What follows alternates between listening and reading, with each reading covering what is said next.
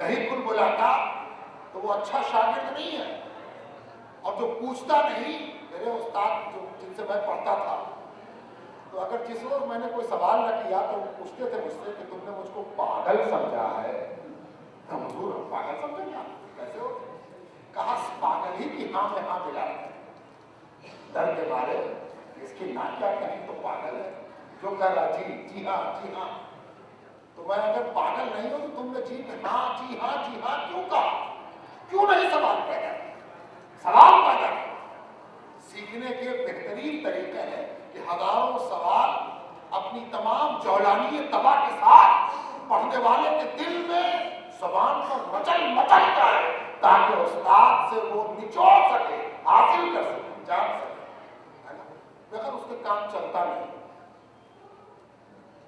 جاری معنی ہے سیڑھی، ہے نا؟ جدید عربی ادب میں معراج کے معنی ہے سیڑھی. حدیث پاک میں آتا اور جاتی مجھ کو بلند کیا گیا، مجھ کو اٹھایا گیا. تو اس کا اپلائیڈ معنی ایک معنی ہوتا ہے جو جس کے لیے قلب، جس کے لیے لفظ کو وضع کیا گیا. دوسرا معنی وہ ہوتا ہے جس کے لیے لفظ کو محمول کیا گیا. تو چونکہ معراج کے معنی بلندی ہے اور بلندی تک پہنچانے کا ذریعہ سیڑھی ہے، اس کے اپلائیڈ معنی ہوگا سیڑھی. تو حضور کون نمازی سیڑھی پر چڑھا؟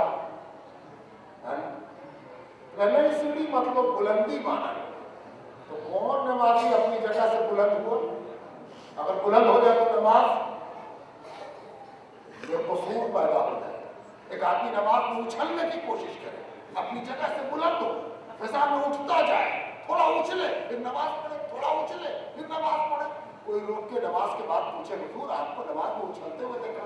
کہا نماز معراج نہ ہے، بلندی حاصل کر رہے ہیں. تو فقہا بیٹھے ہیں یہاں اور فقہ پڑھایا جاتا ہے باقاعدہ. طلباء سے پوچھا جائے گا کہ نماز باقی نہیں؟ کہیں نہیں، نماز میں قصور اور فطور پیدا ہو گیا اور یہ حرکت کثیر پیدا ہو گئی جس کی وجہ سے نماز مکروہ ہو گئی. اور مکروہ کی بھی وہ قسم ہو گئی جس کو ہم مکروہ میں تحریمی کی طرف لے جائیں گے. تنزیہ نہیں ہے، جان بوجھ کے اچھلا تھا، اچھلتا رہا ہے نا. تب معراج ہوئی کیسے نماز؟ تب پتا چلا میرے بے وقوف بلندی جن کے لیے ٹھیک تھی، جن کو بلند کرنا تھا کر دیا گیا، جن کو لے جانا تھا لے جایا گیا.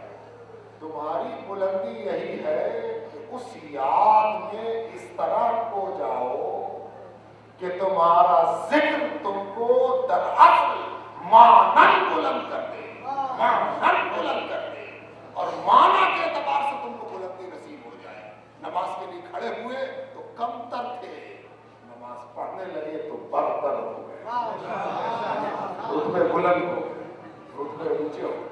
اچھلنے کی ضرورت نہیں ہے، اللہ تعالیٰ تم کو خود اچھال رہا ہے، فرشتے اچھال رہے ہیں. اب ذکر کی مجلس، ذکر کی مجلس کی اپنی ایک اہمیت حدیث پاک میں آتا ہے. دیکھیے کیا مقام ہے. حضرت نے فرمایا کہ فاذکرونی اذکرکم. کس تیور کی آیت ہے قرآن کریم میں؟ اللہ، کس تیور کی آیت ہے؟ اندازہ لگانا مشکل ہے. زندگی گزر جائے ہزار کی تو اس آیت کریمہ کے مفہوم کا حق ادا نہ ہو. بندہ مولا کو پکارے، یہ بات تو سمجھ میں آتی ہے